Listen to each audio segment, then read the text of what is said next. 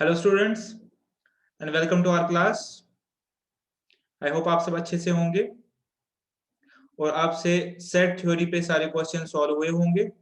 अगर कोई क्वेश्चन नहीं हो रहा है एडिशनल क्वेश्चन बैंक में या आपके जो एक्सरसाइज के मेन क्वेश्चन है 7A, तो आप मुझे बताएंगे, वो क्वेश्चन आपके साथ सोल्यूशन शेयर करेंगे, आपको समझाएंगे। ठीक है, अभी आज जो हमें स्टार्ट करना है वो है रिलेशंस, जो इस चैप्टर का सेकंड पार्ट है। बहुत ही जरूरी टॉपिक है। आपका जो नेक्स्ट चैप्टर्स रहेंगे, आपका जो भी नेक्स्ट पार्ट रहेगा उसकी फाउंडेशन है। यहाँ से आपको बहुत अच्छे से समझना है। कॉन्सेप्ट को हम बहुत इजी करके डिस्कस करेंगे, बहुत ही लेमन लैंग्वेज में पढ़ेंगे, ज्यादा टेक्निकल नहीं जाएंगे। हम बिल्कुल एक जो कॉमन यूजेज है, जो कॉमन लैंग्वेज है, उसमें बात करके समझने की कोशिश करेंगे कि ये रिलेशंस और ये मैथमेटिकल फंक्शंस क्या चीजें होती है और ये कहाँ से बनती है, इनका यूजेज क्या होता है। जो वर्ड्स या टर्मिनोलॉजी आपने सुनी होगी, F of X, G of X, ये क्या चीजें होती है और इनको हम कैसे फर्दर यूज करेंगे और फर्दर इन पे जो टॉपिक्स आएंगे वहां पे कैसे इनका यूजेज होगा। बिल्डिंग ब्लॉक अभी से शुरू हो रहा है। आपका जो नेक्स्ट चैप्टर है डिफरेंशिएशन वाला, कैलकुलस वाला, उसके लिए भी बिल्डिंग ब्लॉक यहाँ से शुरू हो रहा है। तो ये एज सच तो आपको लगेगा कि ऊपर ऊपर से कि स्टैंड अलोन बेसिस पे ये चैप्टर कोई डिफिकल्ट नहीं है या इसमें कोई सेंसिटिविटी नहीं है, लेकिन अभी से जो भी हमें टॉपिक्स पढ़ने हैं, अभी से लेकर मैथमेटिक्स की कंप्लीशन तक, उस सारे का फाउंडेशन ब्लॉक आज का चैप्टर रहने वाला है। तो बहुत ध्यान से आएंगे मेरे साथ और शुरू करेंगे। इसमें मैं क्वेश्चंस भी एक्सरसाइज में भी करवाऊंगा, बिकॉज इसकी सेंसिटिविटी को देख के इसमें मैं क्वेश्चंस भी आपको करवाऊंगा एक्सरसाइज से, जो आज का मेरा प्लान है। आइए,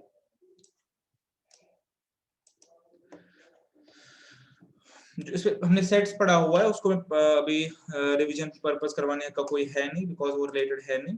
तो मैं आपको बताऊंगा कि हम कहां से शुरू करने वाले हैं। ठीक, हमने जो पढ़ा था वो पढ़ा था सेट।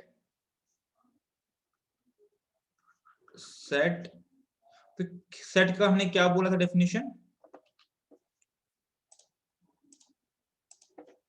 हमने कहा था सेट होता है वेल डिफाइंड डिस्टिंक्ट, डिस्टिंक्ट बोला था, और कलेक्शन ऑफ ऑब्जेक्ट्स। ठीक है, फिर हमने इसकी फॉर्म्स पढ़ी थी, इसके हम कैसे इसको सेट को लिख सकते हैं। हमने पढ़ा था कि ऑब्जेक्ट्स को एलिमेंट्स बोलते हैं, सेट को कैपिटल से डिनोट करते हैं, एलिमेंट्स को स्मॉल से डिनोट करते हैं, ये हमने पढ़ा था। सेट को कैपिटल से, एलिमेंट स्मॉल से, ये हमने पढ़ा था। इसके बाद हमने सीखा था ये टर्म्स, यूनियन, इंटरसेक्शन,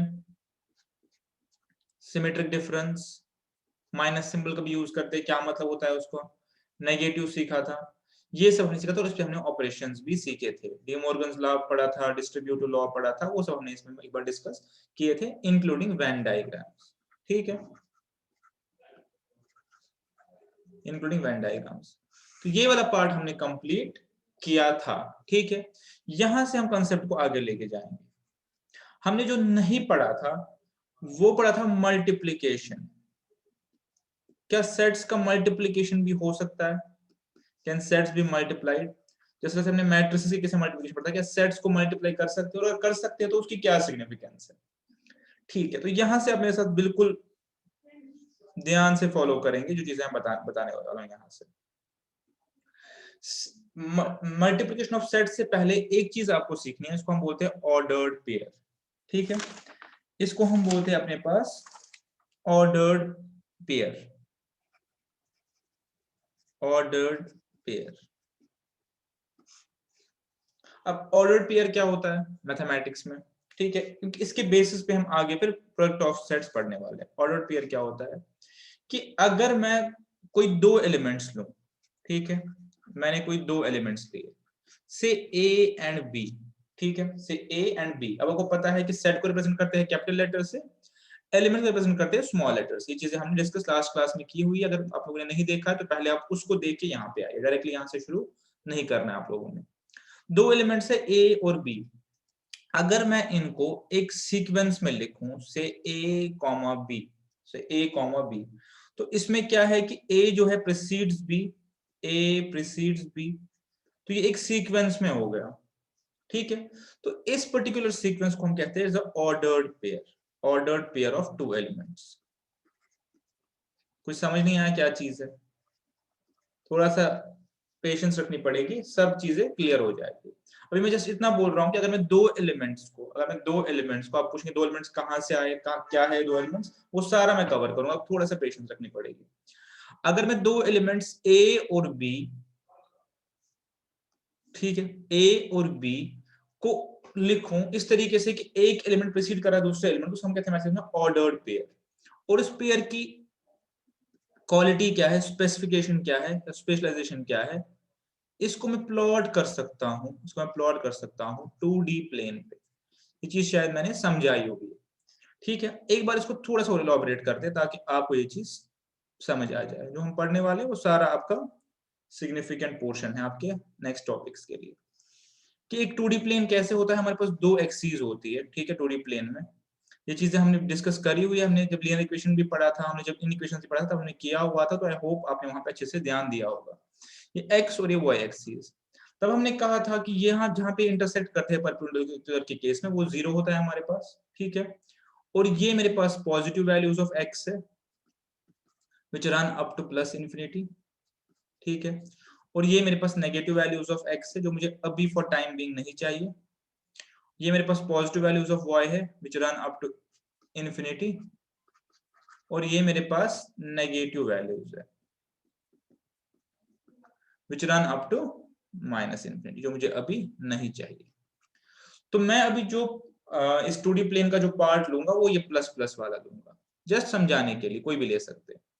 तो इस मैंने कहा एक ऑर्डर्ड पेयर है, ए प्रीसीड्स बी करके मैंने एक ऑर्डर्ड पेयर बनाया। मैंने दो एलिमेंट्स को लिया, उनका एक पेयर बनाया। अभी मैंने कोई बेसिस नहीं ली इसकी, आगे चल के हम बेसिस लेंगे। अभी हम बेसिस की बात नहीं कर रहे, हम जस्ट कह रहे हैं कि मैंने दो एलिमेंट्स लिए, मैंने कहीं से एलिमेंट ए लिया, कहीं से एलिमेंट बी लिया, और इनको मैंने क्लब किया, that is it is called ordered pair, ठीक है। अब ऑर्डर्ड क्यों कहते हैं, बिकॉज यहाँ पे ऑर्डर सिग्निफिकेंट है।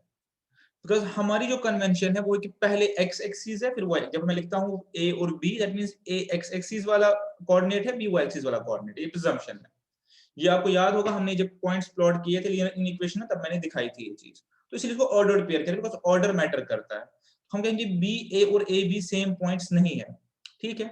अब यहाँ पे वो कंफ्यूजन हो सकती है कि ये सेट और इसमें क्या डिफरेंस है, सेट और ऑर्डर्ड पेयर में क्या डिफरेंस है, ठीक है। और अगर आपने पहला लेक्चर ध्यान से देखा होगा तो आप डिफरेंस खुद बता पाएंगे। सबसे पहले सेट मैंने कहा था कि सेट रहता है ब्रेसेस में, ठीक है। और एलिमेंट्स कुछ भी हो सकते हैं, क्या well defined collection of distinct elements, ठीक है। यहाँ पे बोले ऑर्डर्ड पेयर, तो मेरे पास जो ब्रैकेट ऑफ पैरेंथेसिस है वो जस्ट मैं दो एलिमेंट्स ले रहा हूँ, मैं कहीं से भी दो एलिमेंट्स ले रहा हूँ, आगे चल के आपको बताएंगे कहां से लेते हैं, बेसिस क्या होता है। तो मैं कह रहा हूँ मैंने कोई भी दो एलिमेंट ले लिए, एलिमेंट ए और एलिमेंट बी, और मैंने इनको ऐसे अपने पास लिखा, मैंने कुछ कंबाइन किया, सेपरेट किया कॉमा से, तो ये मेरे पास बन गया ऑर्डर्ड पेयर। तो इसका मतलब ये है ऑर्डर्ड पेयर का कि जो एक्स एक्सिस पे ये जो इसका कोऑर्डिनेट है वो ए है।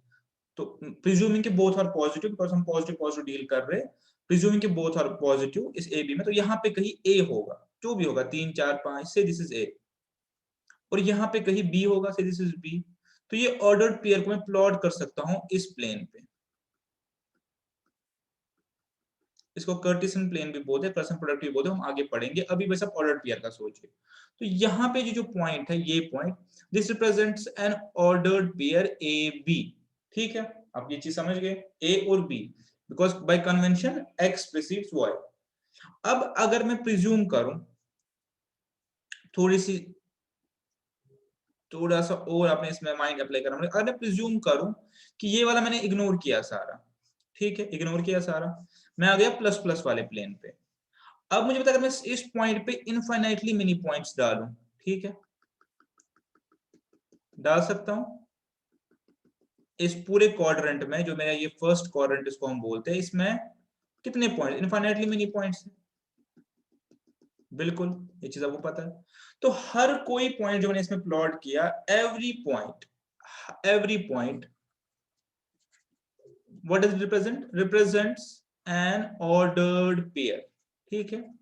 हर कोई पॉइंट मुझे यहाँ पर रिप्रेजेंट क्या कर रहा है, एक ऑर्डर्ड पेयर विद कोऑर्डिनेट्स जो भी है x और y, वो मैं कहां से निकालूंगा, उस पॉइंट से आप परपेंडिकुलर ड्रॉ करें नीचे, और यहाँ पे परपेंडिकुलर ड्रॉ करिए, तो यहाँ पे जो इसकी वैल्यू होगी, यहाँ पे इसकी वैल्यू होगी, यहाँ पे इसको नोट कीजिए, ए और बी जो भी होगा। ठीक है, इतना ही कॉन्सेप्ट है, अभी इजी कॉन्सेप्ट, इतना ही कॉन्सेप्ट, ऑर्डर पेयर यही होता है। ठीक है, बात खत्म हो गई। इसको दिमाग में रख के आगे बढ़ते हैं। इसको कभी कभी हम कर्टिसन प्लेन भी बोलते हैं, तो यार 2D प्लेन या कर्टिसन प्लेन। तो अब आगे आगे चलेंगे, इस कॉन्सेप्ट को दिमाग रख, ऑर्डर पेयर क्या होता है। अब हमारे पास जो नेक्स्ट आता है कॉन्सेप्ट है प्रोडक्ट ऑफ सेट्स। जब सेट की बात आ गई तो आप यहां पे मान लीजिए 2 सेट्स, फिलहाल के लिए 2 सेट्स। ओके, अब फिलहाल के लिए पास 2 सेट्स है, से सेट ए और सेट बी, और प्रिज्यूम करके अभी अभी के लिए दोनों वॉइड या नल सेट नहीं है, दोनों में एलिमेंट्स है। ठीक है, इस प्रोडक्ट का पूरा नाम जो है वो मैंने बताया कर्टिसन प्लेन का है, कर्टिसन प्रोडक्ट ऑफ सेट्स। ठीक है, क्या होता है, मैंने आपको यूनियन इंटरसेक्शन पढ़ा, ये नहीं पढ़ाया था कि हम दो प्रोडक्ट सेट्स को आपस में मल्टीप्लाई कर सकते हैं। इसको लिखते भी है ए क्रॉस बी या ए इनटू बी। क्या होता है ये, विद एग्जांपल समझते। अगर मैंने एक लिया 1 2 3 4, अभी के लिए आप देखिए, और इसको मैंने लिया 5 8, सपोज मैं इसको लिया 5 और 8। ठीक है, इसका मुझे कार्डिनल नंबर बताइए, n of a is equal 4, इसका कार्डिनल नंबर बताएंगे n of b is equal 2। अब पहले देखिए कि प्रोडक्ट कर्टिसन प्रोडक्ट होता क्या है, फिर हम इसको निकालेंगे होता क्या है। जब आपको पता चलेगा ये होता क्या है तो आप फिर खुद ही इसको निकाल पाएंगे। कर्टिसन प्रोडक्ट होता है ऑल ऑर्डर्ड पेयर्स, सारे ordered pairs, all ordered pairs, ठीक है, of elements, elements A and B. ठीक है, element A and B such that A belongs to A and B belongs to B। यहां पे इसको रोके एक बार पढ़ लीजिए। ठीक है, मैं कह रहा हूं कि जितने भी, आपको पता है ऑर्डर पेयर्स क्या है, ऑर्डर पेयर का मतलब मैं दो एलिमेंट्स को कंबाइन करता हूं, जिसको मैं प्लेन पे ड्रॉ कर सकता हूं। अगर मैं सेट ए से एक एलिमेंट उठाऊं और सेट बी से एक एलिमेंट उठाऊं, दो सेट, अभी मेरे पास दो सेट हो गए, सेट ए से एक एलिमेंट उठाऊं, सेट बी से एक और एलिमेंट उठाऊं, तो मेरे पास ऑर्डर पेयर बन जाएगा, एक एलिमेंट एक एलिमेंट बी। तो जितने भी मुझे ऑर्डर्ड पेयर्स बन सकते हैं, कैसे, एलिमेंट ए को ए से उठा के, ए मतलब स्मॉल ए, जब मैं एलिमेंट बोल रहा हूं तो स्मॉल एलिमेंट ए को सेट ए से उठा के, ठीक है, ए को ए से उठा के मतलब है एलिमेंट ए को सेट ए से उठा के बिलोंग्स टू ए, और एलिमेंट बी को सेट बी से उठा के।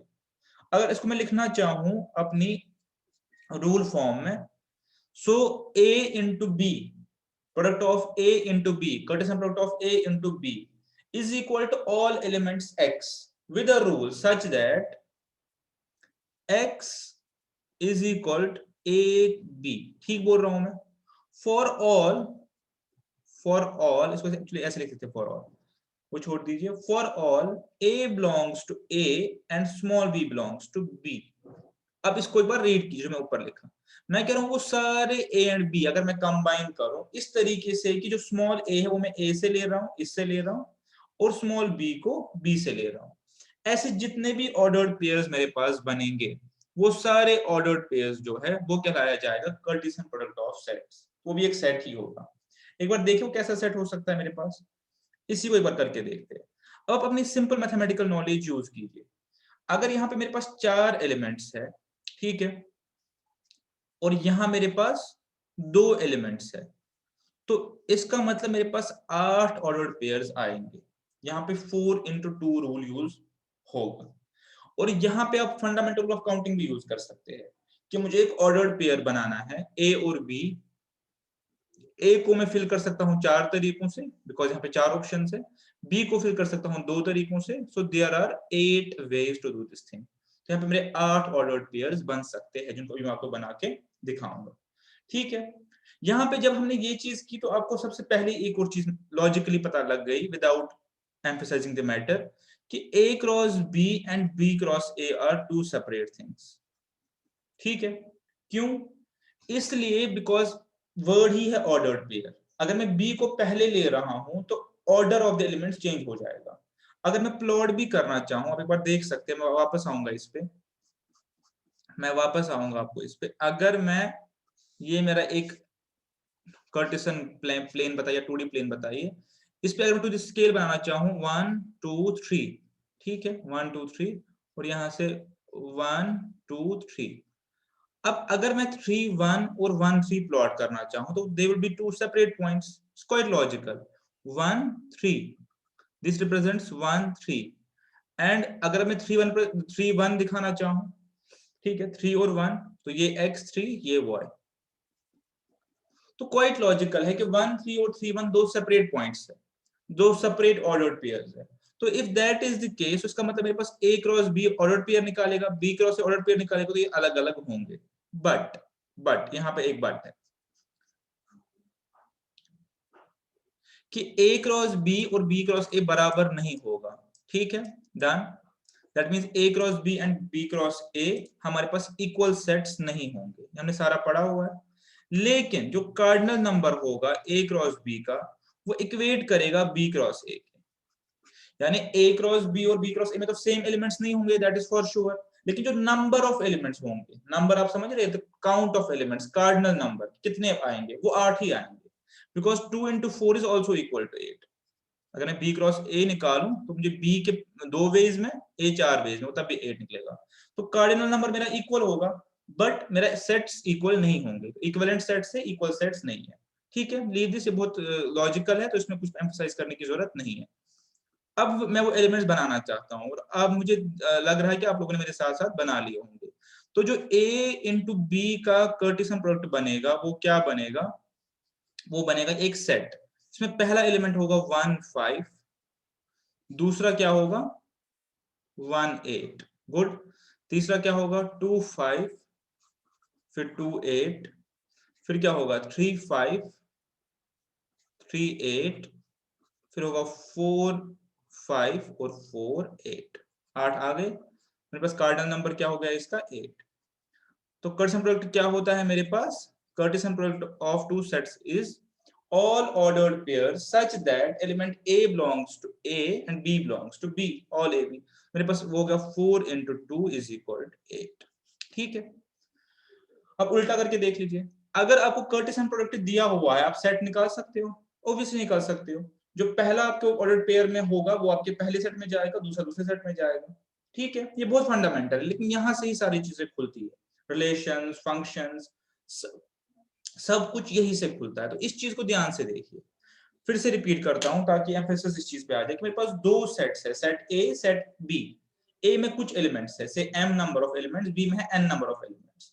तो अब अगर मैं ऑर्डर्ड पेयर बना रहा हूं, जितने भी ऑर्डर्ड पेयर बनेंगे between A and B sets, तो उन तो जितने भी ऑर्डर्ड पेयर्स बनेंगे उनको हम कार्टेशियन प्रोडक्ट ऑफ सेट्स कहते हैं, उनको हम प्लॉट कर सकते हैं कार्टेशियन प्लेन पे, ठीक है फाइन। उसका कार्डिनल नंबर क्या होगा एन ए इंटू बी, मतलब जितने एलिमेंट्स ए में है जितने बी में उनका मल्टीप्लाई कर लीजिए, उसको उतना कार्डिनल नंबर होगा। a into B is not equal to b into a, is not equal to, for obvious reasons यहाँ पे डाल देता हूँ, इज नॉट इक्वल टू, कल को आप कंफ्यूज ना हो जाए, मैंने बोला हुआ इज नॉट इक्वल, और कार्डिनल नंबर इज इक्वल, ठीक है। एक छोटी सी चीज और हम आगे बढ़ते हैं, यहाँ पे ज्यादा टाइम हमें नहीं लगाना, वो है कि अगर मेरे पास a नल सेट है और b में मेरे पास एलिमेंट्स है, तब भी a क्रॉस b नल के बराबर आ जाता है, नल सेट के बराबर, ठीक है। और अगर b नल है और a में एलिमेंट्स है सेम, तब भी नल के इक्वल, जस्ट लाइक 0, ठीक है। तो ये पार्ट भी मेरा कंप्लीट हो गया, ठीक है। चलिए अब यहां से हमें आगे चल बढ़ना है, यहां से हमें आगे बढ़ना है कि रिलेशन और फंक्शन में क्या फर्क है और क्या होती है रिलेशन, ठीक है।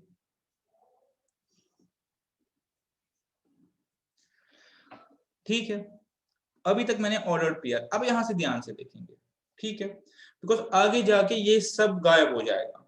आगे जाके आप क्या देखोगे, F of X is equal to X plus 2, इतना देखोगे, उतने पे आपको काम करना पड़ेगा। Find F of 2, find F of 4, ये चीज आपको बताई जाएंगी। लेकिन अभी मैं जो आपको बता रहा हूँ ये सब ज्यादा जरूरी है, इस सब से हम यहाँ पे पहुंचेंगे, बिकॉज आगे जाके नेक्स्ट जब आगे आगे आगे जाएंगे इस चीज में, तो ये जो भी हम पढ़ रहे हैं ये सब गायब हो जाएगा। बट जब भी आप किसी फंक्शन को देखेंगे तो आपके दिमाग में ये चीज होनी चाहिए कि ये आई यहाँ से, ये यहां से हम वहां तक पहुंचे। तो अभी यहां से इस चीज को बहुत ध्यान से देखेंगे। अभी जो हमने पढ़ा उस पर वापस आते हैं। मैंने कहा कि दो सेट्स है और उन दोनों के बीच में जितने भी ऑर्डर्ड पेयर्स बनेंगे, जितने भी ऑर्डर्ड पेयर्स बनेंगे उनको हम बोलते हैं कार्टेशियन प्रोडक्ट। ठीक है, फाइन। तो इसका मतलब मेरे पास एक सेट होगा x और एक सेट होगा y। ठीक है, इसका यही मतलब हो गया कि एक सेट है x, एक सेट है y। इस सेट में मेरे पास एलिमेंट्स है, होंगे नंबर जितने भी होंगे, और मेरे पास इस सेट में भी एलिमेंट्स है। ठीक है, अब अभी आप कार्टेशियन प्रोडक्ट वाले को छोड़ दीजिए। अब आप जो मैं बोल रहा हूं उस पर बस फोकस कीजिए। मेरे पास दो सेट्स है x और y। हम क्या पढ़ रहे हैं? Relation and function.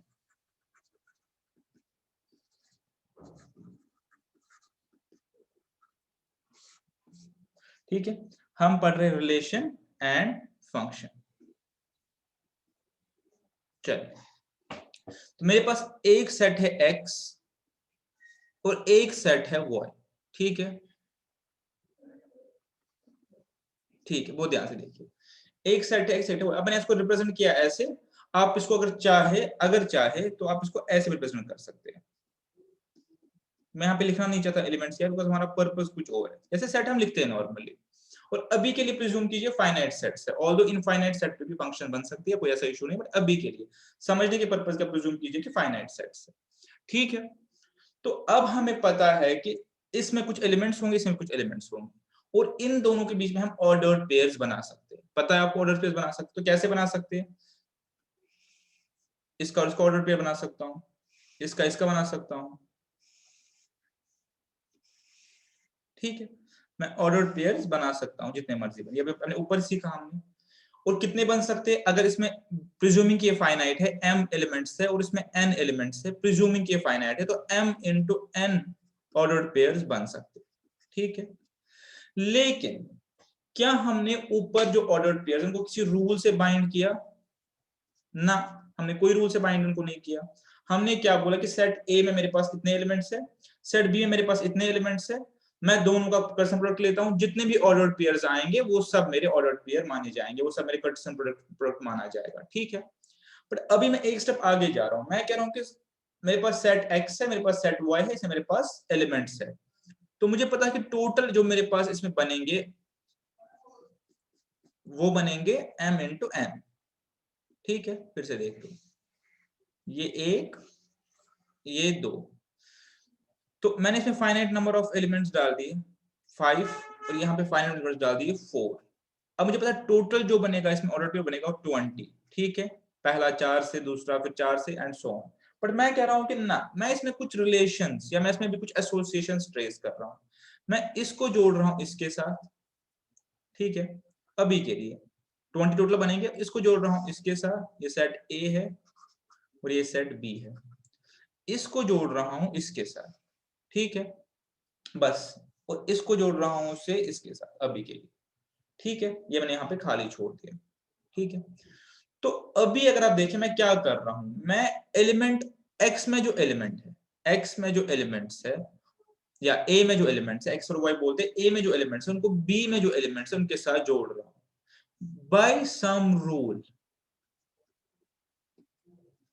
मैं कह रहा हूं कि मैं कोई रूल, कोई मेथड, कोई फॉर्मूला ऐसा निकालूं, ऐसा लिखूं, ऐसा बनाऊं कि मैं ए के एलिमेंट को, ए के एलिमेंट को जो बी के एलिमेंट्स के साथ लिंक कर सकूं, उसके साथ लिंक कर सकूं।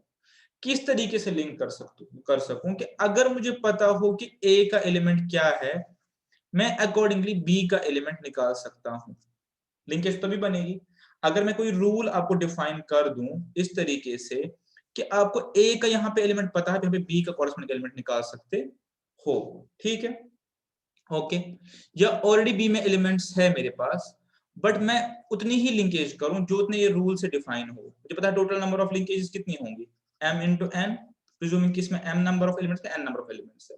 लेकिन मैं वही वाले ऑर्डर्ड पेयर्स चाहता हूं। कौन से ऑर्डर्ड पेयर्स चाहता हूं? वही वाले जो किसी रूल से बाउंड हो। तो हो सकता है इस m into n में जो 20 केसेस आए थे, इसमें से 5 या 4 ही ऐसे हो जो इस रूल से बाउंड हो, जो इस रूल से मेरे पास आ जाए।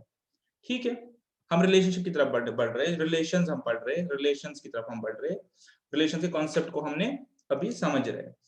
सेट्स हमने पढ़े, ऑर्डर्ड पेयर्स हमने पढ़ा, हमने कर्सन प्रोडक्ट पढ़ा। हमने कहा कि मैं एलिमेंट ए और मैं सेट ए और सेट बी दोनों में से एलिमेंट्स उठा के कर्सन प्रोडक्ट बना सकता हूँ, ठीक है। जितने भी ऑर्डर्ड पेयर्स बनेंगे बनेंगे, बट उससे हम एक स्टेप आगे बढ़ रहे हैं। हम अभी क्या बोल रहे हैं, हम बोल रहे हैं कि हम अभी ये बोल रहे हैं कि ए और बी में मैं कोई ऐसी लिंकेज बनाऊं कि मैं ए के एलिमेंट्स और बी के एलिमेंट्स को लिंक कर सकूं, ठीक है। तो इसको हम लिखते कैसे हैं, इसको हम लिखते कैसे, इसको हम लिखते हैं, इसको हम लिखते हैं अभी के लिए स्टार्टिंग के लिए, बाद में ये चीज हम इग्नोर करेंगे और ऐसे नहीं लिखेंगे कि रिलेशनशिप कैसे बनेगी। हम बोलेंगे F, F stands for function ultimately, ठीक है, फ्रॉम ए टू बी, ठीक है, फ्रॉम ए टू बी। मैं सेट ए से, एक्चुअली सेट ए के एलिमेंट से होता है, सेट ए के एलिमेंट लिखते हैं ऐसे, सेट ए के एलिमेंट से स्ट्रेट लाइन होती है, सेट बी के एलिमेंट्स में कोई रिलेशनशिप बनाना चाहता हूं, ठीक है। This F stands for function, जो भी हम पढ़ेंगे कि फंक्शन और रिलेशन में क्या फर्क है, ठीक है। और इसको हम एफ ऑफ एक्स भी लिखते हैं, फंक्शन ऑफ एक्स, यानी y का जो एलिमेंट है वो डिपेंड करेगा x के एलिमेंट पे, because they are bound by a rule, ठीक है। तो यहाँ पे सबसे पहली जो चीज है, जब हमने एसोसिएशंस बनाई बिटवीन a एंड b, ठीक है, इसको हम रिलेशन बोलते हैं। और मैं उससे आगे फंक्शन पे आऊंगा ताकि डिस्टिंक्शन खत्म हो जाए, आप समझे डिस्टिंक्शन क्या है। पहले मैं रिलेशन यहाँ पे लिखूंगा, relation is an association, association, ठीक है। यहां बोल रहे हैं link between the element in set ए, ठीक है, with the element in set B through a rule. अगर मैं कोई लिंकेज या रूल बना रहा हूं बिटवीन ए के एलिमेंट्स और बी के एलिमेंट्स, तो ऐसी किसी भी एसोसिएशन को हम बोलते हैं रिलेशन, कि मैं ए और बी को रिलेट कर रहा हूं, ठीक है। अब इसके साथ फंक्शन समझना जरूरी है, तभी हम इसको होलिस्टिकली समझ पाएंगे, ठीक है। पहले मैं इतने पे आता हूं, ठीक है, ठीक है। अब आपको ये चीज समझ आ गई होगी, रिलेशन मेरे पास क्या होता है। रिलेशन मेरे पास, relation is a subset, subset है किसका, ऑफ द कार्टेशियन प्रोडक्ट। अब हमने पहले कर्सन प्रोडक्ट पढ़ा था, कर्सन प्रोडक्ट क्या है मेरे पास, कर्सन प्रोडक्ट मेरे पास है कि जितने भी ऑर्डर्ड पेयर्स बन सकते हैं दो सेट में बन गए, ठीक है, वो हो गया एक बहुत बड़ा सेट। बट उस सेट से मैं श्रिंक करके आ रहा हूं एक स्टेप नीचे, जहां मैं कह रहा हूं कि हम इन एलिमेंट्स को ऐसे हैफिजली क्यों कनेक्ट कर रहे हैं कि ए का कोई उठा के बी के सारे एलिमेंट्स से कनेक्ट कर दिया, वहां तो बहुत सारे हमारे पास कार्टेशियन ये आ जाएंगे, ऑर्डर्ड पेयर्स आ जाएंगे। हम क्यों ना सेट ए और सेट बी के जो एलिमेंट्स उनको किसी रूल से कनेक्ट करें। जब हम इनको किसी रूल से कनेक्ट करते हैं तो ऐसे किसी एसोसिएशन को हम बोलते हैं रिलेशन, ठीक है, रिलेशन, ठीक है, ठीक है। यहां तक पॉइंट ये तो आपने समझ लिया होगा। अब इसके साथ ही एक टर्म जो बहुत चलती है वो है फंक्शन, ठीक है, वो है फंक्शन।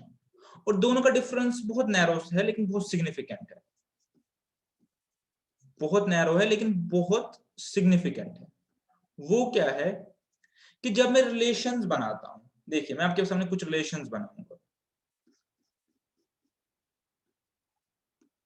मैंने आपके सामने ये x, एक ये ले लीजिए पहले x और y, इसके सपोज मान लीजिए 4 एलिमेंट्स है, उसके 3 एलिमेंट्स है सपोज, मैंने इसको कनेक्ट किया। अब मुझे सारे, मुझे पता है टोटल नंबर ऑफ 12 बनेंगे, पर मुझे 12 करने की जरूरत नहीं है बिकॉज मैं रिलेशन बना रहा हूं ना कि कार्टेशियन प्रोडक्ट निकाल रहा हूं, ठीक है। इसको छोड़ दीजिए आप इस वाली चीज दिमाग से निकाल दीजिए बिकॉज हम एक स्टेप आगे आ गए। पहले हमने जर्नली कंबाइन किया, अब हमने थ्रू रूल कंबाइन किया। अभी मैं रूल नहीं लिख रहा, रूल आगे चल के लिखूंगा, अभी मैं रूल भी छोड़ दीजिए क्या है। मैंने इसको कनेक्ट किया, ठीक है, मैंने इसको कनेक्ट किया, ठीक है, मैंने इसको कनेक्ट किया, मैंने इसको और इसको कनेक्ट किया। सपोज अब मैंने ये क्या रिलेशंस बनाए, बाय सम रूल मैंने रिलेशंस बनाए, ठीक है, ठीक है। अब यहां पे सपोज मैं एलिमेंट्स को नाम भी दे सकता हूं, ए, आगे चल के सब बी सी डी और ई एफ जी। अब मैंने जो रिलेशंस बनाए, मैंने जो 4 लाइनें खींची, मैं इनको लिखना चाहता हूं, किस रूल को भी छोड़ दीजिए, मैं इनको एज अ सेट लिखना चाहता हूं। तो x से y जो मैंने रिलेशन बनाई अभी, ठीक है, क्या बनाई, वो क्या है मेरे पास जो सेट वहां से आया, एक मेरे पास आया a टू e, ठीक है, जो भी रूल से बाउंड है वो आगे देखेंगे। तो मेरे पास आया b टू g, ठीक है, एक मेरे पास आया c टू e, ठीक है, एक मेरे पास आया c टू e, और एक मेरे पास आया लास्ट d टू f, ठीक है, यही मेरे पास आया। और अब मैं इसको बंद कर रहा हूं तो सेट बन गया। तो ये है वो रिलेशन जो मैंने इसमें निकाली, आउट ऑफ 12 मैंने ये 4 रिलेशन यहाँ पे एस्टेब्लिश की थ्रू सम रूल जो मुझे नहीं पता है, थ्रू सम रूल जो मुझे अभी नहीं पता है, तो अभी हमारा पर्पस वो नहीं समझना, ठीक है, रिलेशनशिप बन गई। अब इसमें आप गौर से देखिए, ठीक है, ये और एक और यहाँ पे बनाता हूं, दोनों में आप फर्क समझ लीजिए।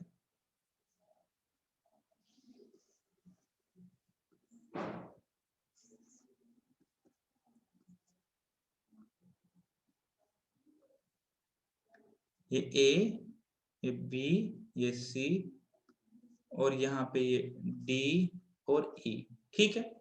अब मैं यहाँ पे एक और रिलेशन बना रहा हूँ थ्रू सम अदर रूल।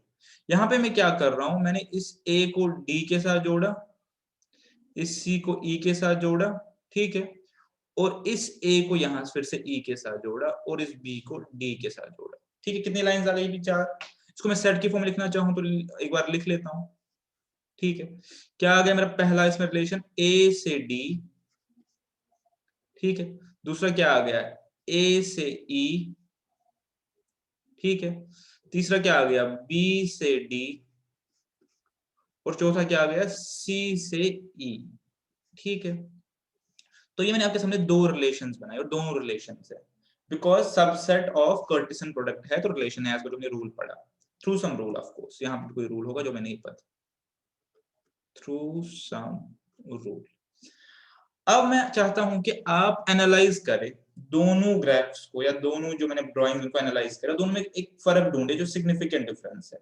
मैंने तभी कहा कि रिलेशंस और फंक्शन से बहुत फर्क एक छोटी सी चीज का है, लेकिन वो बहुत सिग्निफिकेंट है, वो पूरे मैकेनिज्म को ही बदल देती है। किस चीज का फर्क है आप बताएंगे मुझे? और वही डेफिनेशन है मेरे पास फंक्शंस की, वो मैं नीचे लिखने वाला हूँ। आप थोड़ा सा अपने सामने एनालाइज कीजिए, और आप उस चीज अगर पहुंच पाए तो मैं यहाँ पे लिख लेता हूँ, आप समझ जाएंगे। रिलेशन मैंने लिखवा दिया, पर रिलेशन क्या है? रिलेशन, सबसे पहले फंक्शन होने के लिए रिलेशन होना जरूरी है, वो तो आपको पता ही है। Relation is a function, sorry,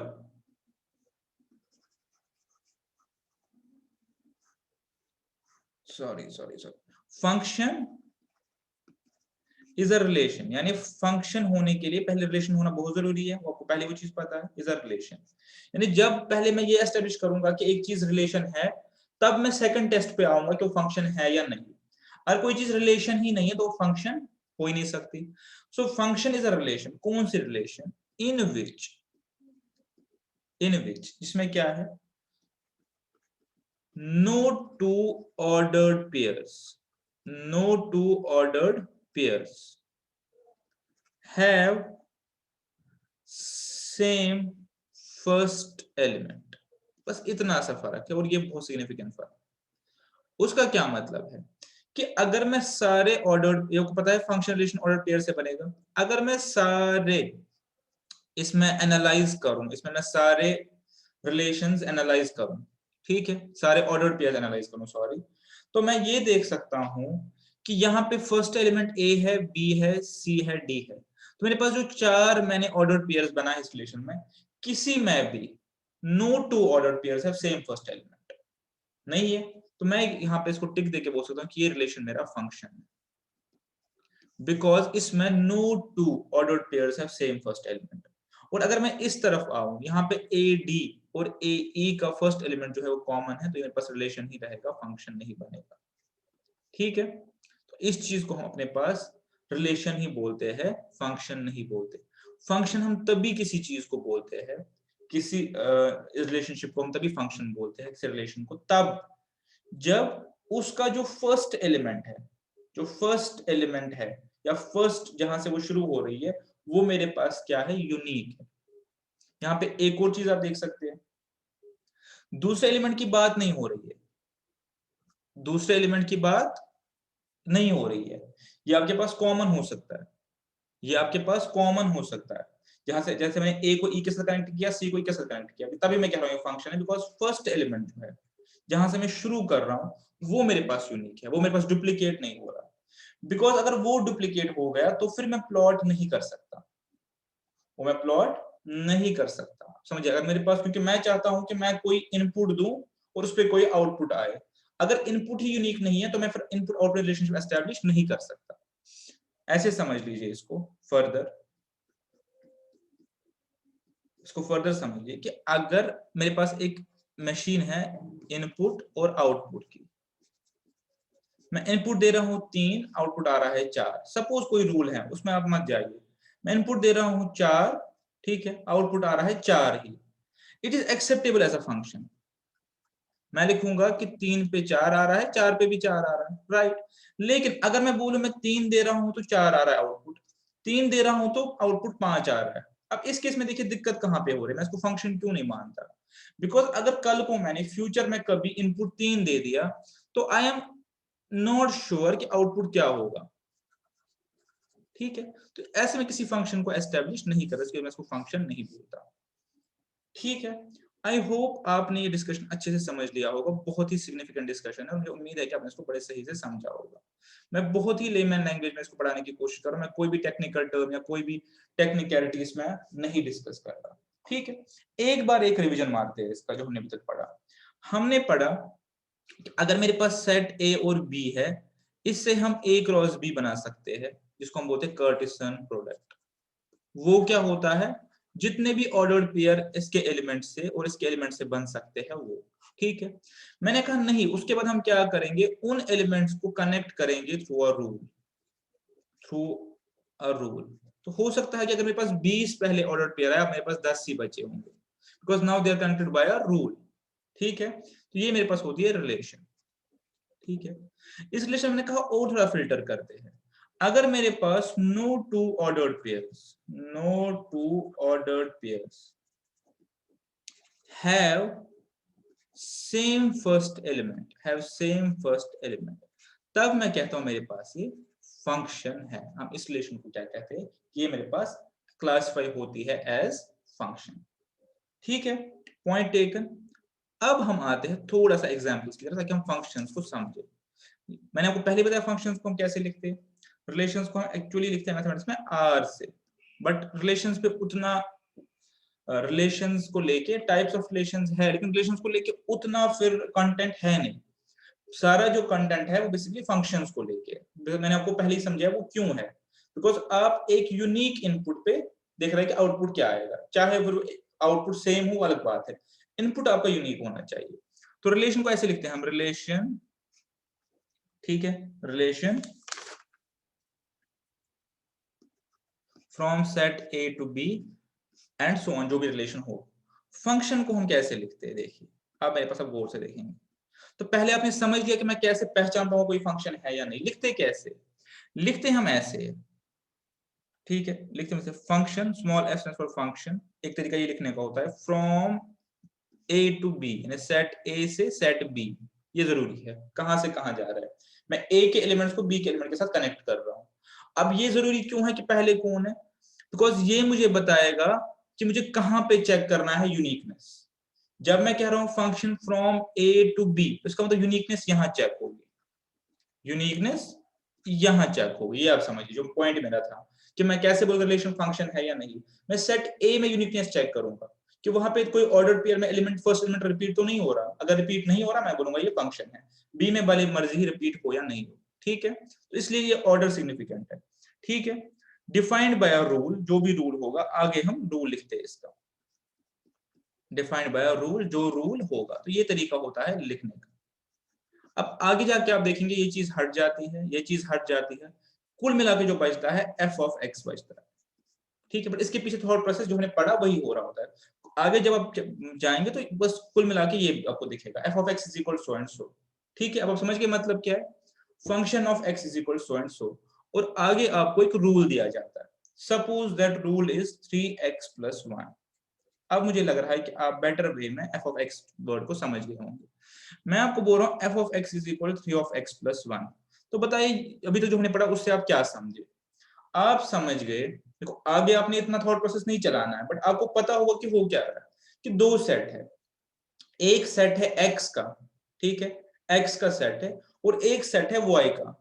अभी y कहां से आएगा, y के लिए रूल मेरे पास डिफाइंड है 3x प्लस 1, और मेरे पास इनपुट यूनिक होना चाहिए, ठीक है। तो ये मैंने आपको बनाया कि ये मेरे पास एक फंक्शन है। अब आप थॉट प्रोसेस क्या चलेगा, अब आप देखिए कैसे होता है। मैं आपको बोलूंगा, अभी हम वापस बैक टू बेसिक्स जाएंगे, ठीक है।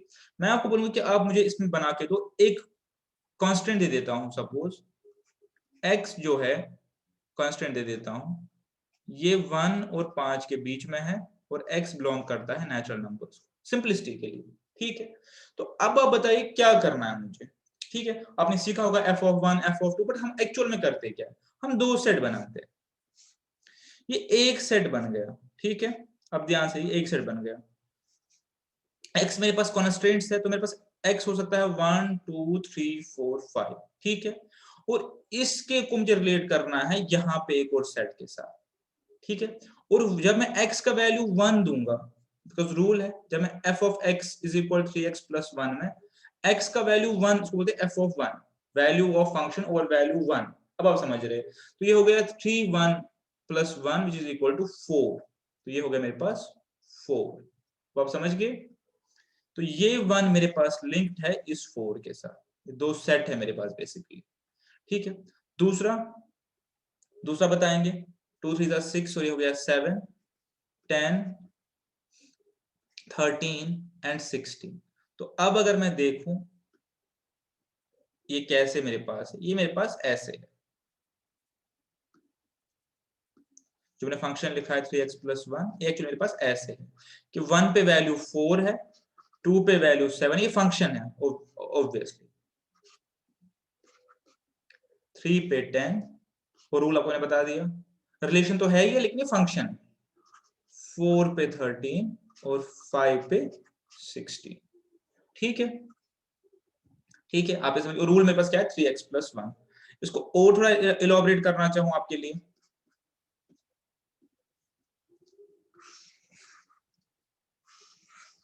तो ये ऐसे है 1 4 सॉरी 2 3 4 5, और इसमें जो है मेरे पास 4 7 10 13, और है मेरे पास 16,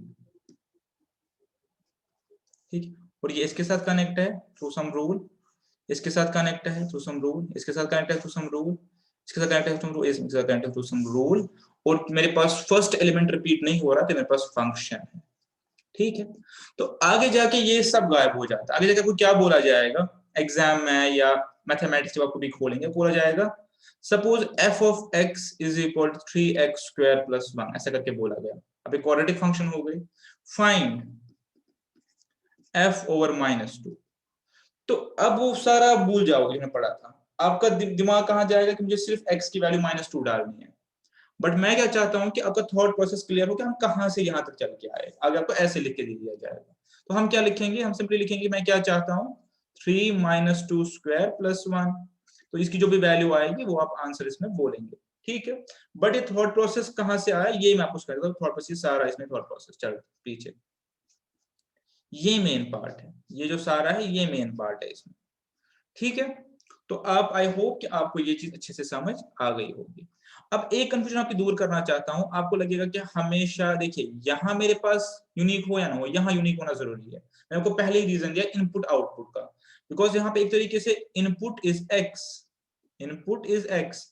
and output is 3x square plus 1। ऐसे करके तो हम ग्राफ बनाते हैं। कैसे बनाते हैं? हम कुछ वैल्यू देते हैं, उसका वैल्यू देख के वाई पे क्या ग्राफ बनाते हैं। वो हम कैलकुलस में देखेंगे वाला पार्ट। यहाँ पे भी आप देख लीजिए कि इनपुट x है, output is 3x square plus 1।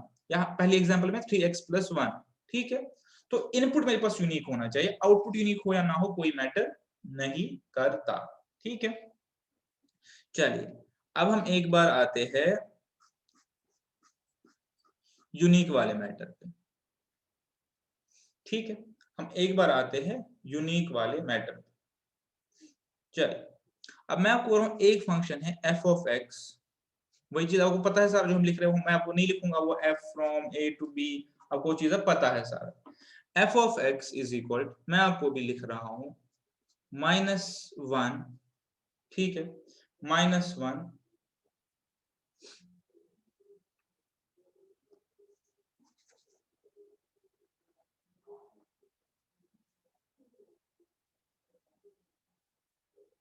ठीक, f ऑफ x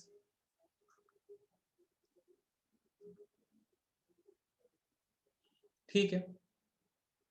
अब मैं आपको बोल रहा हूं आप यहां पे ढूंढो 1, ठीक है।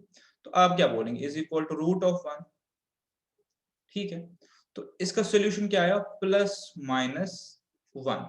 आप समझ गए मेरी बात? सोल्यूशन आपके पास आया +-1, बिकॉज अगर आप 1 को मल्टीप्लाई करेंगे 1 से तो 1 ही देगा, और -1 को मल्टीप्लाई -1 से तो वो भी 1 देगा।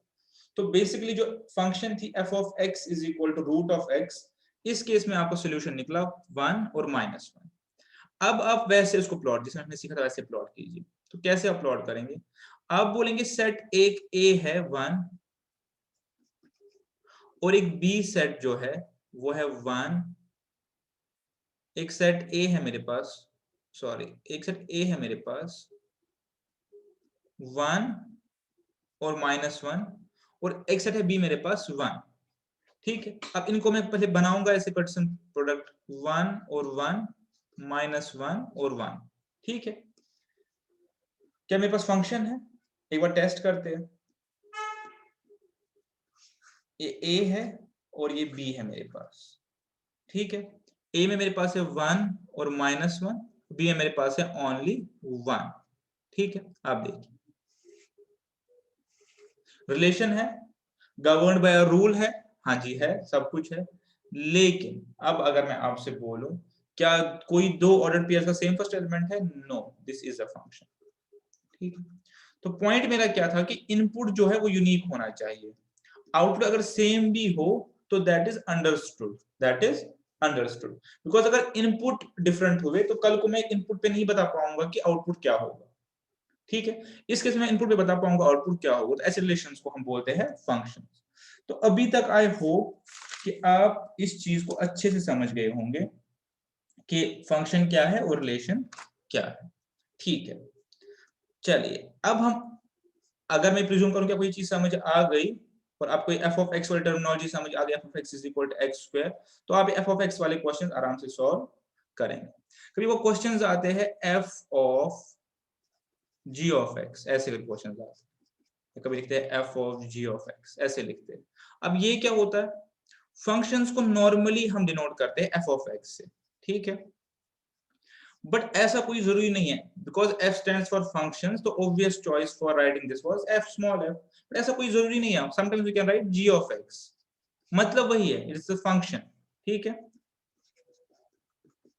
सेम चीज है, मैं आपको बोलूंगा find value of g of 1, तो आप क्या करेंगे 1 को यहाँ पे पुट करेंगे, सेम चीज करनी है। बट कभी आता है f of g of x, कभी आता है g o f of x, तो वो क्या होता है एक बार समझने की कोशिश करते हैं, ठीक है। ऑर्डर सिग्निफिकेंट है, ऑर्डर को देख लीजिए। f of g of x निकालना है। सपोज मेरे पास f ऑफ x जो है वो is equal to x plus 2 है, ये एक फंक्शन है, और g ऑफ x मेरे पास है 3x प्लस 2। अब मैं आपको बोल रहा हूँ ये वाला आप निकालो f of g of x। पहले आपको पता है फंक्शन क्या, उसको समझ लीजिए। मुझे f of g of x निकालना है, मतलब अगर मैं इस वाली फंक्शन f ऑफ x वाली फंक्शन में अगर मेरे पास f of g of x नहीं होता, मेरे पास होता f ऑफ 2, तो मैं क्या करता, मैं सिंपली इस फंक्शन में 2 यहां पे पुट करता, यही करता। लेकिन अभी बोल रहा है f ऑफ 2 नहीं है, f of g of x है। तो ये बोल रहा है कि आप f वाली फंक्शन में g पुट करो। अब g ऑफ x अपने आप में एक फंक्शन है किसके बराबर, 3x प्लस 2, तो मुझे यहाँ पे 3x प्लस 2 डालना, बस ये मसला है। फिर अगर अब g of f of x आएगा तो उसका मतलब है कि जो g वाली फंक्शन है दिस वन, इससे मुझे x की जगह ये डालना है, तो ये आएगा 3x प्लस 2 प्लस 2। ठीक है, अंडरस्टूड है, काफी अंडरस्टूड। तो ये कभी पूछा जाता है f ऑफ g और g ऑफ f, मतलब क्या है कि दो फंक्शंस कंबाइन करके जब मैं f ऑफ 2 में x की जगह 2 डालता हूं तो f ऑफ g में मैं x की जगह g वाली फंक्शन डालूंगा। ठीक है, तो I hope it is understood. इस पे क्वेश्चन है, मैं वो भी करवाऊंगा। ठीक है, अब कुछ चीजें हैं जो इसके साथ रिलेटेड है, फंक्शंस के साथ, वो है अपने पास। अब जब आपने समझ लिया तो अब आपके पास ये चीजें समझना इजी है। Image, pre image, domain, codomain और रेंज। ठीक है, अब ये चीज आपको समझो, सारे रिलेटेड टू है फंक्शन है। मैं इनको आपको एक डायग्राम पे ही दिखाऊंगा, आप इसको समझ जाएंगे। ठीक है,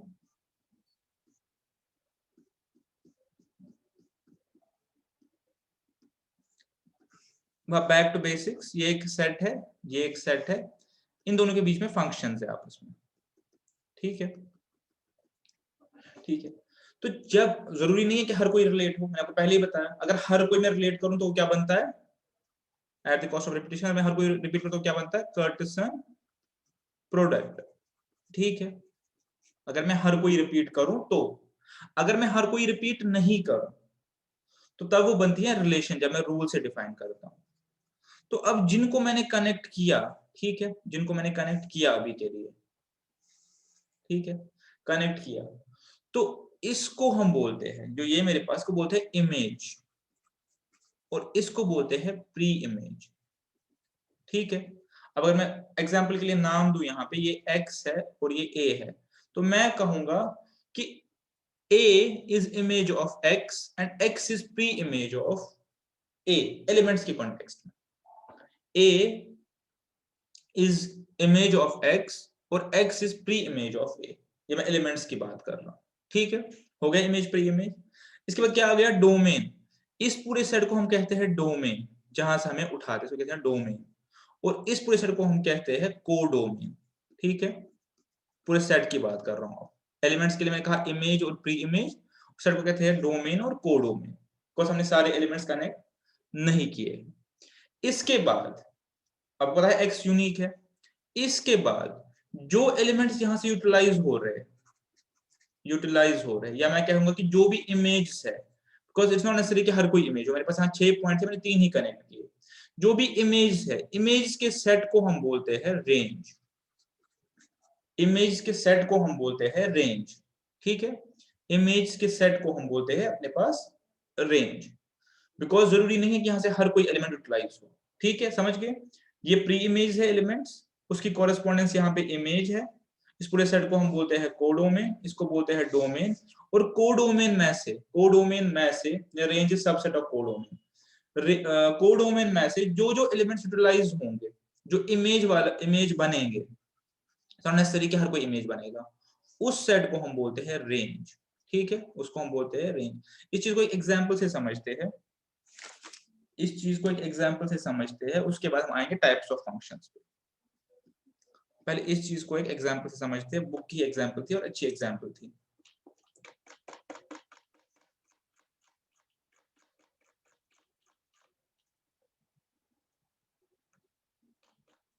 तो टाइप्स वाला पार्ट हो गया।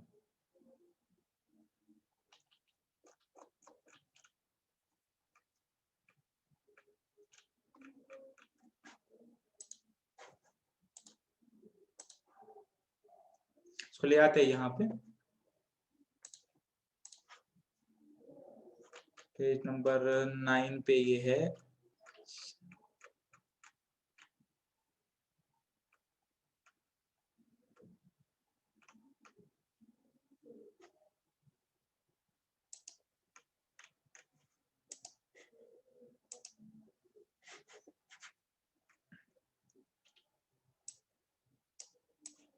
देखिए यहाँ पे मेरे साथ देखें, बाकी चीजें हमने पढ़ ली, यहाँ से देखेंगे आप।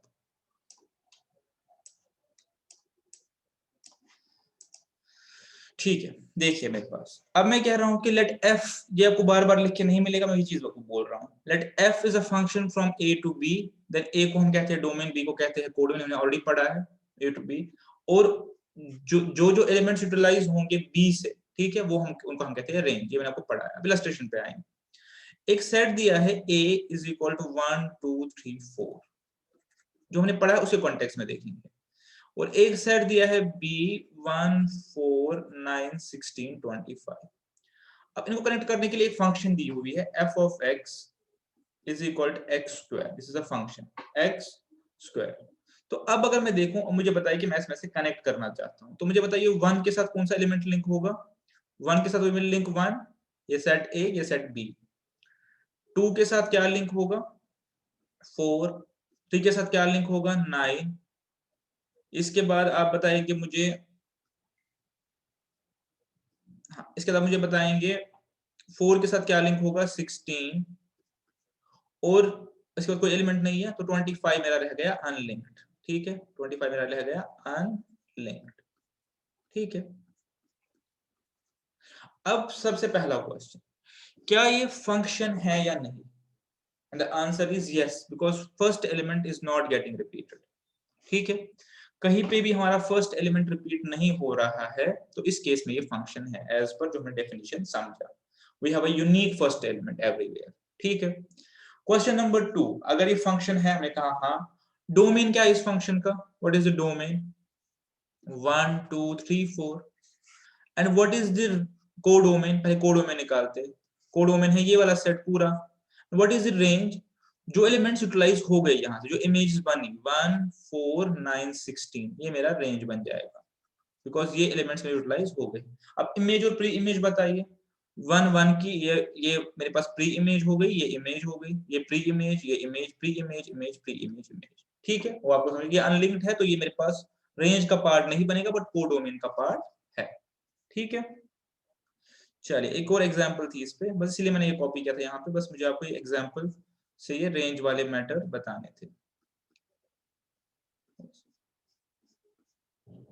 टाइप्स पे बाद में आएंगे, पहले ये एक और फंक्शन देखिए। हाँ, एग्जांपल है let n be the set of natural numbers. अभी क्या है कि n set of natural numbers है। ठीक है, आप समझ गए? तो ये इनफाइनाइट सेट है, और एक रूल दिया हुआ है इन्होंने, f of x is equal to x। अब वो बाकी हम नहीं लिखेंगे, यहाँ पे लिख रहा है from n to n, अब दिस इज अंडरस्टूड। ठीक है, for all x is equal to n।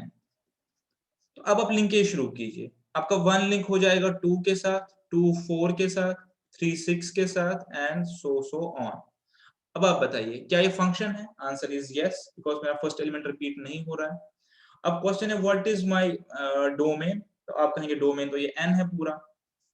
ठीक है, and what is my range? My range is set of even numbers only, because यहां से मुझे दिखेगा 2 4 6 8 एंड सो ऑन, तो रेंज मेरा सेट ऑफ इवन नंबर्स है। ठीक है, तो आप ये कॉन्सेप्ट समझ गए। इतना ही कॉन्सेप्ट था ये, डोमेन, रेंज जो हमने पढ़ा, इमेज, प्री इमेज, डोमेन और रेंज, मेरे पास इतना ही कॉन्सेप्ट था। ठीक है, इसको अब हमारे पास जरूरत नहीं है, इसको हम अपने पास निकाल सकते। चलिए, अब जब हमने ये समझ लिया और मुझे लगा कि अब f of x का मतलब समझ गए, अब हम अपने पास आएंगे व्हाट इज, हाँ एक और चीज मैंने आपको यहाँ पे नहीं दिखा, जो कैलकुलस में काम आएगा। जो फंक्शन है वो पता है, फंक्शन ऑर्डर्ड पेयर ही है इनडायरेक्टली, तो function can be represented on a 2D plane. 2D plane है कार्टेशियन प्लेन, कब तक? जब तक इसमें वेरिएबल मेरे पास वही हो, तो अब जैसे हमने पढ़ा है इक्वेशन इन 2 वेरिएबल्स पढ़ा होगा आपने, क्योंकि अगर मैं ऑर्डर्ड पेयर बनाऊंगा तो वहां पे प्लॉट करके मैं इसका ग्राफ बना सकता हूँ। ठीक है, या मुझे पता है हर x पे क्या नहीं कर रहा है, क्या नहीं कर रहा है, तो मैं इसको बना के ऐसे ग्राफ बना सकता हूँ, ऐसे फंक्शंस का ग्राफ बना सकता हूँ। वो हम बाद में देखेंगे, अभी मुझे लगता है हमारे डोमेन से बाहर है। जब हम कैलकुलस पे आएंगे तब मैं आपको ये चीज वापस पे ले आऊंगा कि फंक्शन हमने, मैं क्यों कह रहा हूँ बार बार, बहुत सिग्निफिकेंट है मैथमेटिक्स में। चलिए छोड़ दीजिए इसको। ओके, अब हम जिस चीज तरफ आ रहे हैं वो टाइप्स ऑफ फंक्शंस।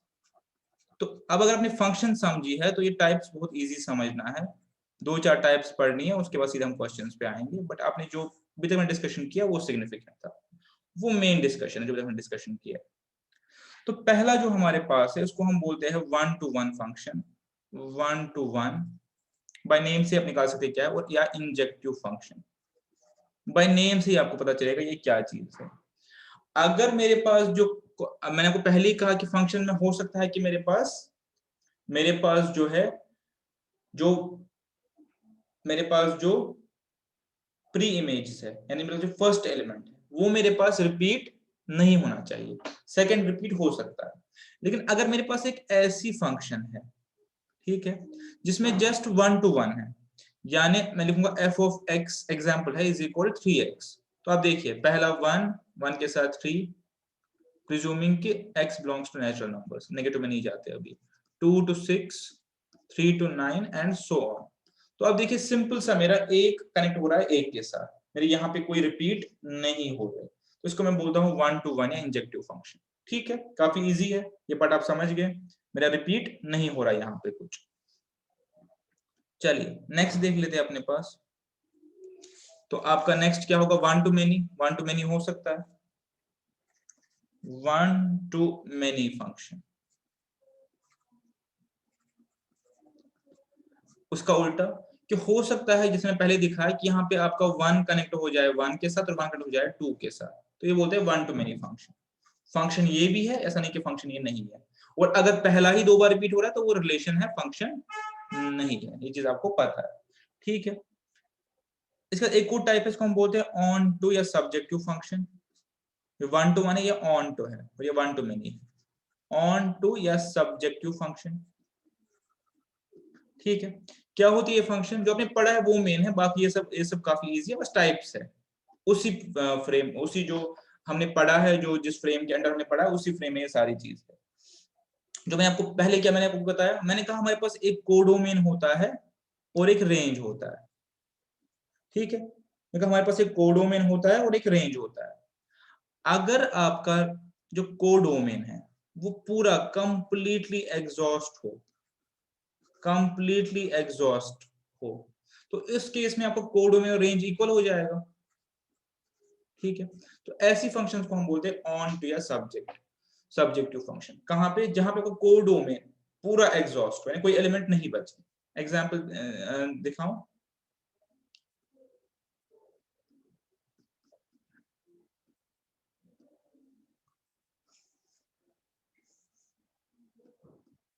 ये 1 2 और ये सपोज 2 और 4। अब देखिए इस फंक्शन में क्या हुआ। ठीक है, ये फंक्शन मेरे पास क्या हो गई, वन टू वन, सिंपल है। ठीक है, ये वन टू वन हो गई।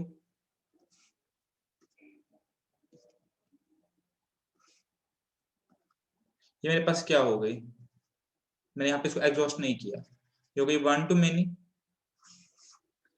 और अब अगर मैं ऐसे एक बनाऊं,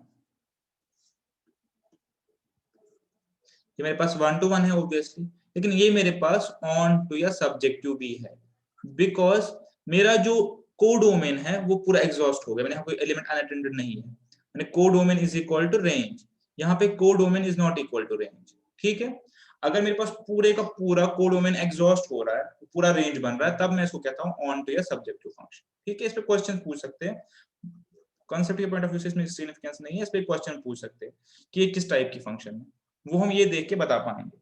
ठीक है, अब मेरे पास एक कॉन्सेप्ट आता है बाइजेक्टिव फंक्शन, मैं शायद आपको पहले दिखा दिया। बाइजेक्टिव फंक्शन वो क्या होता है, जिसमें दोनों प्रॉपर्टीज हो, जो वन टू वन भी हो और ऑन टू भी हो, जिसमें दोनों फंक्शंस दोनों प्रॉपर्टीज हो। देखिए कौन सी प्रॉपर्टीज, सबसे पहली वाली जिसमें ये प्रॉपर्टी भी हो, कौन सी प्रॉपर्टी की एक एक के साथ कनेक्ट हो, और दूसरी प्रॉपर्टी क्या हो उसमें कि उसमें कोडोमेन का पूरा एग्जॉस्ट हो रहा है, वो ऑन टू भी हो। तो अगर वन टू वन भी है ऑन टू भी है तो हम उसको बोलते हैं अपने पास बाइजेक्टिव फंक्शन, इसमें दोनों प्रॉपर्टीज रहती है। ठीक है, एक मेरे पास कॉन्सेप्ट आता है आइडेंटिटी फंक्शन का, आइडेंटिटी फंक्शन का। उसका क्या मतलब होता है, सिंपल सा मतलब है, आइडेंटिटी फंक्शन को हम ऐसे रिप्रेजेंट करते हैं, अगर मैं ए से ही ए पे कोई फंक्शन बनाऊं, इसका क्या मतलब है, मैं हमेशा बोलता हूँ ये 1 2 3 है, तो ये 1 2 3 नहीं हो सकता है। तो इस केस में 1 को 1 के साथ एंटर और 2 को 2 के साथ, 3 के साथ, ठीक है। इसको हम बोलते हैं आइडेंटिटी फंक्शन, आइडेंटिटी फंक्शन, ठीक है। x must belong to a, तो हम इसी को अपने साथ ही रिलेट करते हैं, इसको हम बोलते हैं आइडेंटिटी फंक्शन, ठीक है। और मेरे पास क्या बचा है, इनटू फंक्शन, जो मैंने नहीं पढ़ा, इनटू फंक्शन।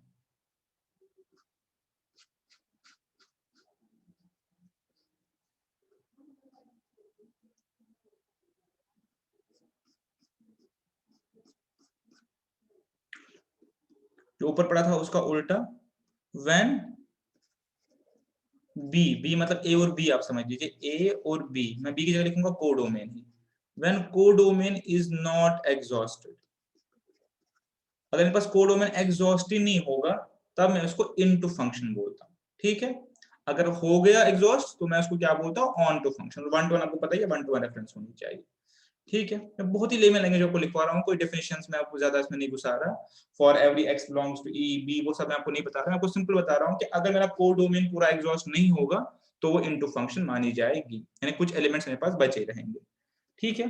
एग्जांपल्स आप बना सकते हैं सीधे, वो उसमें कोई इशू नहीं है। अगर बनानी है तो ऐसे बताता हूँ, 1 2 3, ये मेरे पास सेट ए है और मैंने यहाँ लिखा 2 4 6 और यहाँ लिखा 8 और फंक्शन बनाई 2x, ठीक है। अब देखिए, अब जो फंक्शन बनेगी 1 to 1 तो ये है, बिल्कुल 1 to 1 है, लेकिन ये मेरे पास कौन सी फंक्शन है, इनटू फंक्शन है, ठीक है। मेरे पास इनटू फंक्शन है बिकॉज मेरा कोड डोमेन पूरा एग्जॉस्ट नहीं हो रहा है इसमें।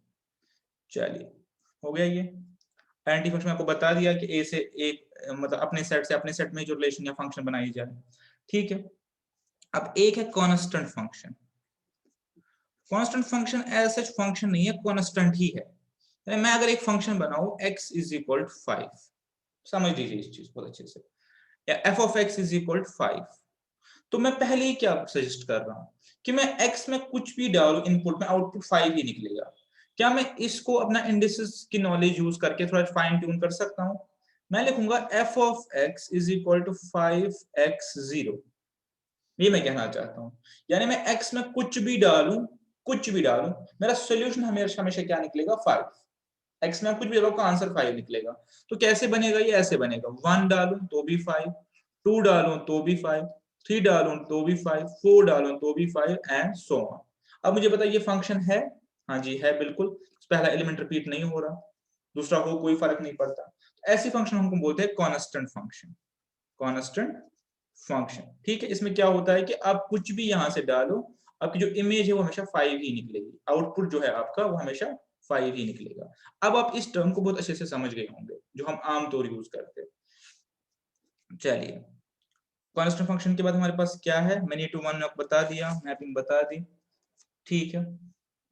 अब एक लास्ट है इनवर्स फंक्शन, बस एक लास्ट है इनवर्स फंक्शन, और एक इक्वल फंक्शन का कॉन्सेप्ट है, वो तो आपको पता है, बिल्कुल बाय नेम ही सजेस्ट हो रहा है कि f ऑफ x को हम इक्वल टू कहते हैं g of x, when for all x क्या होगा, f of x is equal to g of x। अगर मैं दोनों फंक्शन में सेम वैल्यू पुट करूं और आंसर सेम आए तो बोलते हैं इक्वल फंक्शंस, ठीक है। ये ज्यादा सिग्निफिकेंस नहीं है, इनवर्स थोड़ा सिग्निफिकेंट है, वो देख लीजिए। इनवर्स फंक्शन ये है कि अगर मैं फंक्शन बना रहा हूं a से b में, फंक्शन बना रहा हूं a से b में, तो बाय सम रूल से rule is 2x, f of x is equal 2x। Inverse है कि b से a कैसे कनेक्ट होगा, समझ लीजिए। अगर मैं कह रहा हूं कि 1 2 कैसे बनेगा, 2x करके, 2 1 कैसे बनेगा, आधा करके। तो अगर मैं b से a बनाना चाहूं तो कैसे करूंगा, x अपॉन 2, उल्टा ही करना है ना, अगर मैं b से a फंक्शन में आना चाहूं, ठीक है। तो सिमिलरली अगर मैं ये कह रहा हूं कि function is 3x plus 1 f from a to b, अब मैं यहां से उल्टा वहां जाना चाहूं तो कैसे आऊंगा,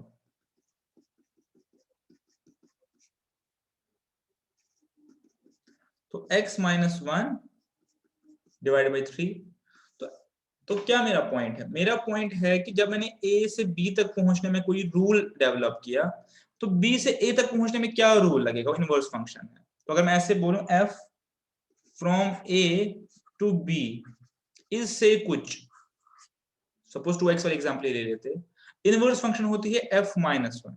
ठीक है, इसका मतलब क्या होता है कि f अगर मुझे b से a तक पहुंचना है तो मुझे x अपॉन 2 करना है।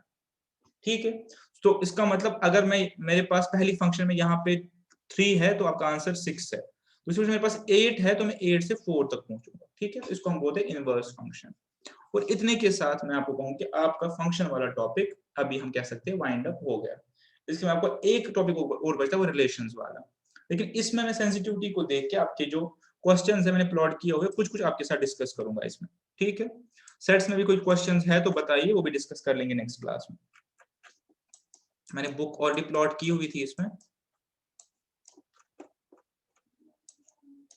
बहुत ही आसान से क्वेश्चंस है, गिवन जो हमने डिस्कशन किया है उस कॉन्टेक्स्ट में बहुत आसान है। डिस्कशन को अपने ध्यान से देखना है।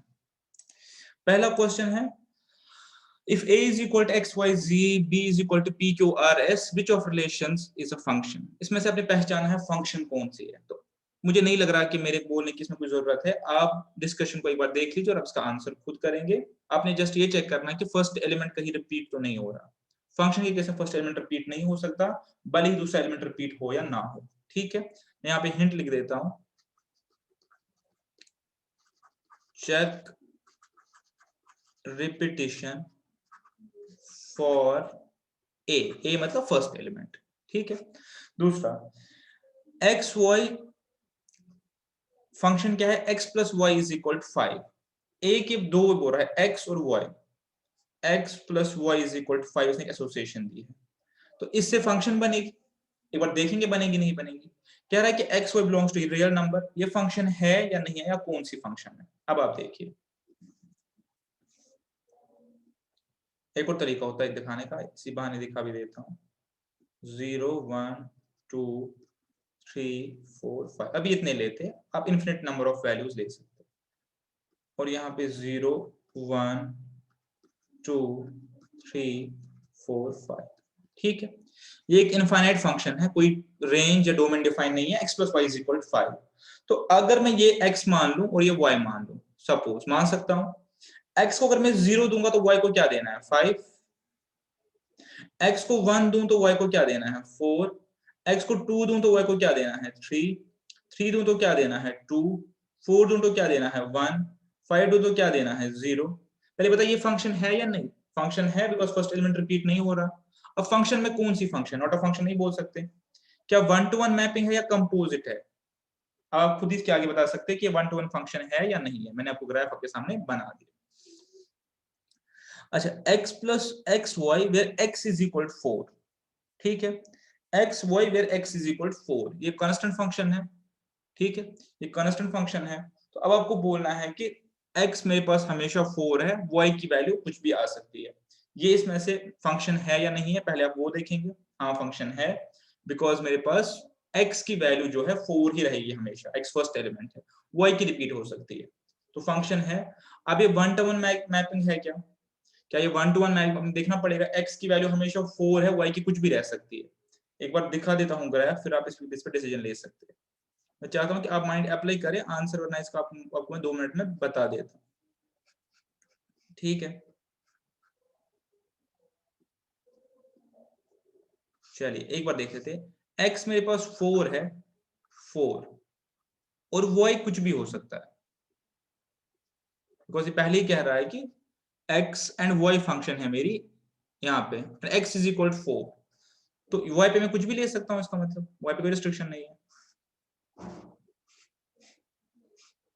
अब आप खुद बताइए, ये फंक्शन है बिकॉज 4 रिपीट, फर्स्ट एलिमेंट जो है रिपीट नहीं हो रहा।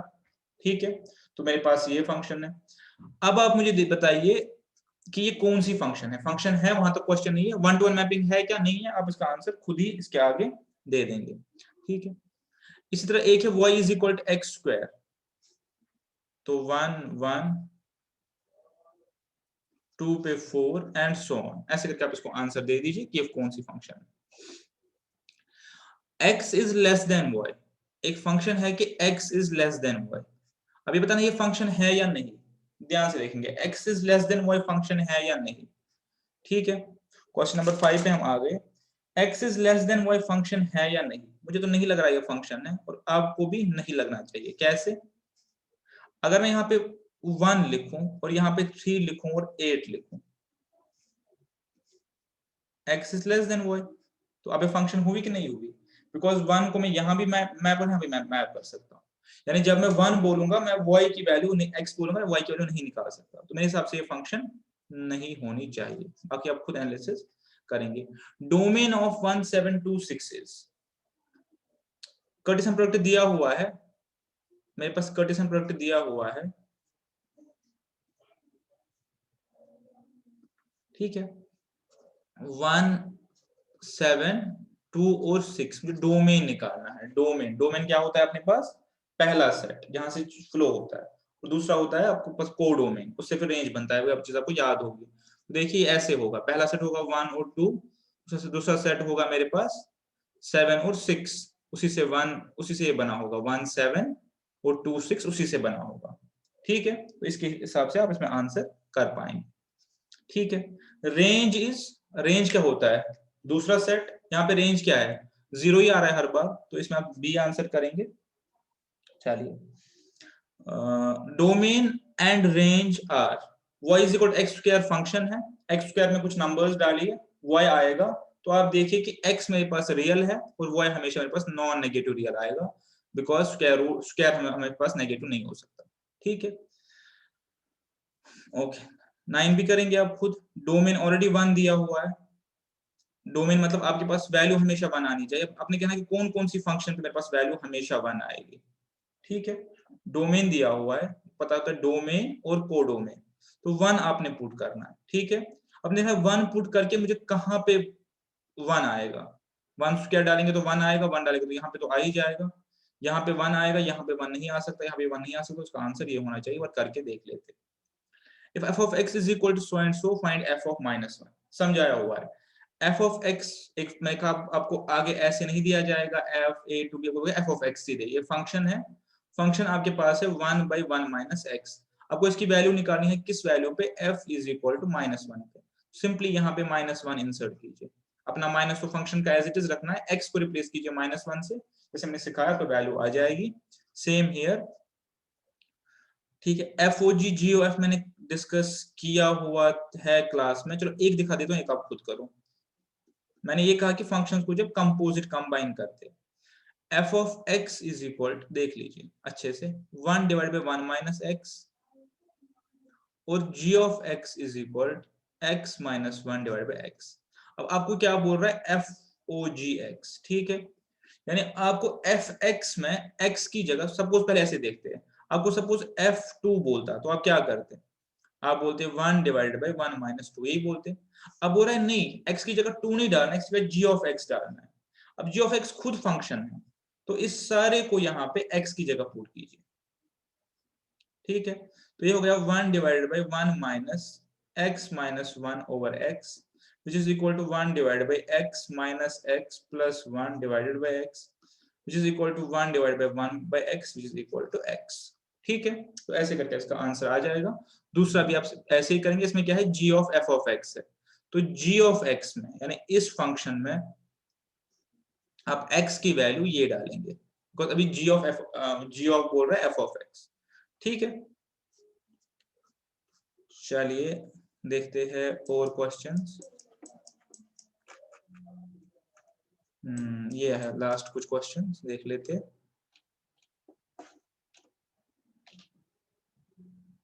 Function f of x is equal to 2x is, खुद करेंगे, मैं नहीं दिखा रहा, ये आसान सा क्वेश्चन है, और मैंने इसीलिए कहा कि इसमें क्वेश्चंस बहुत इजी है, आप एडिशनल क्वेश्चन बैंक करेंगे इस चैप्टर में।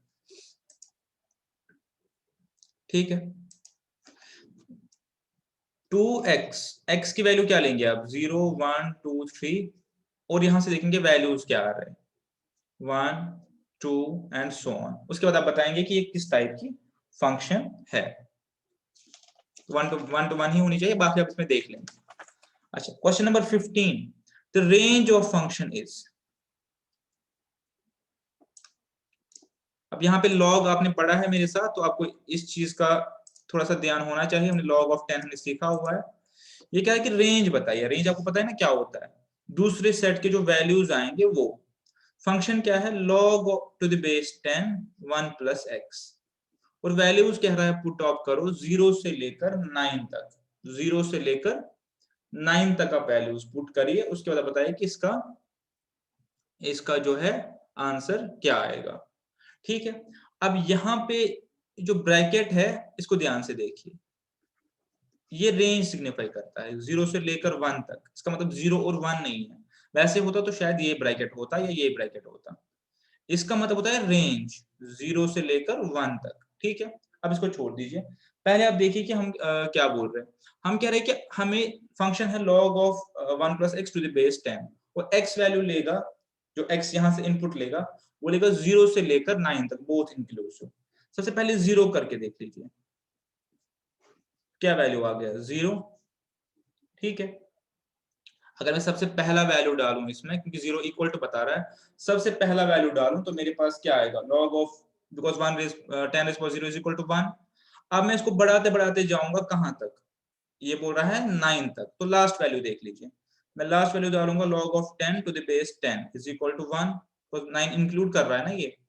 ठीक है, तो मेरे जो भी बीच में जो भी एलिमेंट्स आ रहे हैं, सपोज मेरे पास आ रहा है बीच में 0.5, कुछ भी जो भी आ रहा है 9 तो लेके, लॉग मेरा 0 और 1 के बीच में ही निकलेगा, बोथ इंक्लूसिव। ये हमने लॉग में ये चीज पढ़ी हुई है लॉगरिथम वाले चैप्टर में कि कैसे लॉग टू बेस 10 निकलता है। तो इस केस में जब मैं इनपुट डालता हूं x का 0 से लेकर 9 तक बोथ इंक्लूसिव, मेरा आंसर आता है 0 से लेकर 1 तक बोथ इंक्लूसिव, तो ये मेरा आंसर है। दिस सिग्निफाइज रेंज, इसका ध्यान रखिए, ये रेंज है, रेंज एक्चुअली ये 0 से लेकर 1 तक है।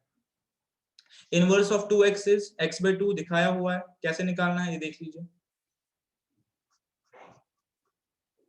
Inverse of 2x is, inverse का एक और क्वेश्चन भी है, इनवर्स ऑफ 2x कैसे निकालते, f of x is equal to 2x, यानी इसका मतलब है जब जो y निकालना है तो मैं 2x निकालता हूं, और वापस कैसे करूंगा। ठीक है, तो इसका आंसर आएगा x/2। ठीक है, ठीक है, यहाँ पे x और y में कंफ्यूज नहीं होना, मैं आपको समझा दिया था कि अगर मैं a से b तक 2x से पहुंचता हूं, तो b से a तक मैं कैसे पहुंचूंगा, x/2 से। x मतलब जो मुझे इनपुट डालना है, ऐसे समझिए इस चीज को। ठीक है, चलिए, f of x is equal to x plus 3 g of x x square f of g of x sufficiently दिखाए हुए वाले क्वेश्चंस खुद करेंगे। ठीक है,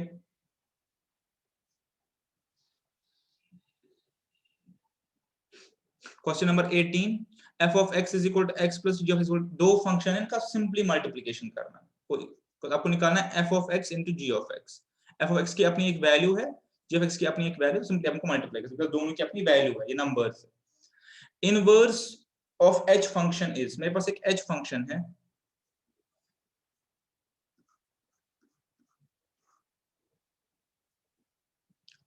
आपको पहले ये चीज पहले मैंने आपको बताई कि हम लिखते हैं f of x है, बट हम कुछ भी लिख सकते हैं, बिकॉज f of x इसलिए लिखते हैं because f stands for function, but जरूरी नहीं है, हम कुछ और भी लिख सकते हैं।